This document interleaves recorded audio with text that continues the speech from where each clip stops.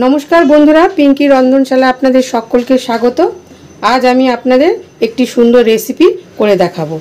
सेटी होच्छे एकदमई निरामिष। जारा निरामिष खेते पछंद करेन तादेर खूबई भालो लागबे। आज आमी करब एखन कचि कचि पटल उठेছে पटल और कुमड़ोर छक्का। पटल कुमड़ोर छक्का এই রেসিপিটি আপনাদের সাথে শেয়ার করব।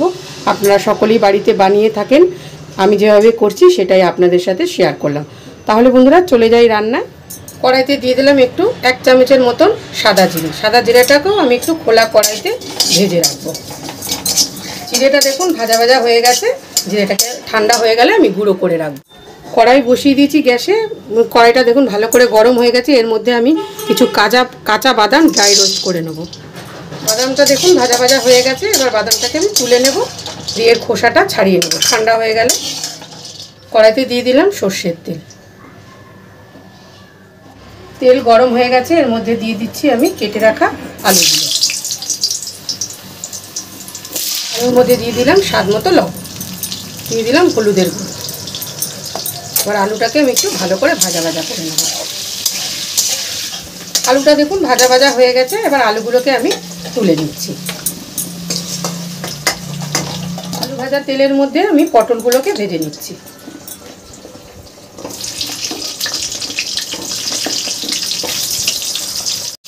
পটলের মধ্যে দিয়ে দিচ্ছি স্বাদ মতো লবণ।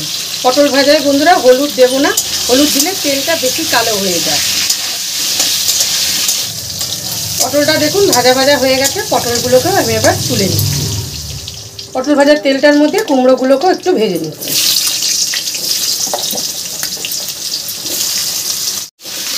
কুমড়োটার মধ্যে এখন আমি লবণ দেব না। কুমড়োটা একটু ভালো করে ভাজা ভাজা হলে তারপরে লবণ দেবো। লবণ দিলে বন্ধুরা কুমড়োটা গলে গলে যাবে, কুমড়ো ভাজাটা ভালো হবে না। কুমড়োটা দেখুন হালকা ভাজা ভাজা হয়ে গেছে। এই পর্যায়ে আমি দিয়ে দেবো সামান্য পরিমাণ একটুখানি লবণ।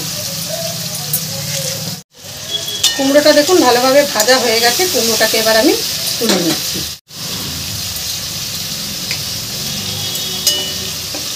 এই তেলের মধ্যে দিয়ে দিলাম আমি একটা শুকনো লঙ্কা, 5 ফোড়ন আর একটা তেজপাতা।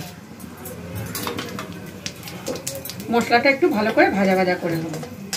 মশলাটা দেখুন ভাজা ভাজা হয়ে গেছে। এর মধ্যে দিয়ে দিচ্ছি 1/2 চামচ আমি জিরের গুঁড়ো। জিরের গুঁড়োটা দিয়ে দিচ্ছি বন্ধুরা সামান্য পরিমাণ একটু জল, তাহলে মশলাটা ফুলে যাবে।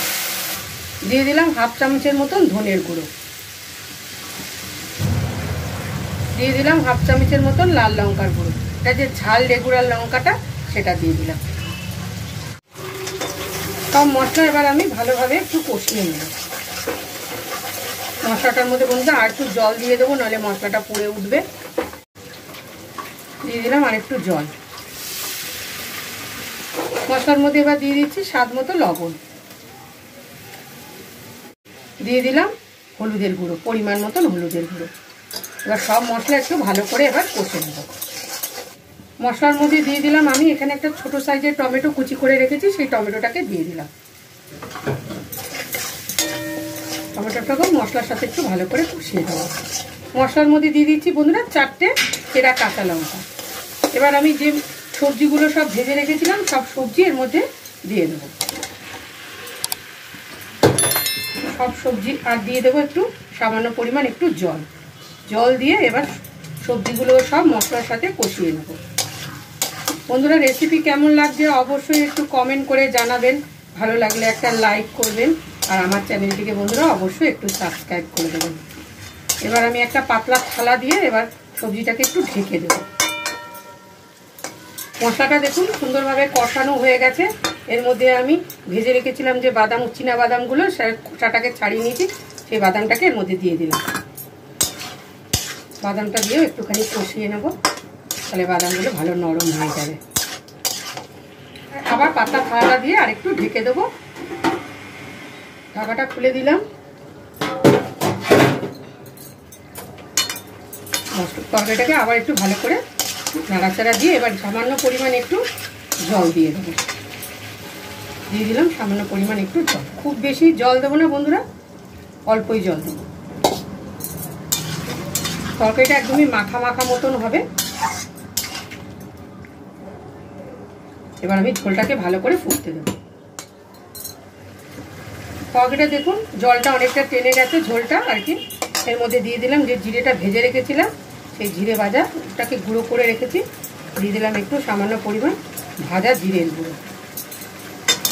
জিরের গুঁড়োটা দিয়ে আমি বেশি ফোটাবো না। এই পর্যায়ে আমি বন্ধুরা গ্যাসটাকে অফ করে দিয়ে সার্ভ করে নেব।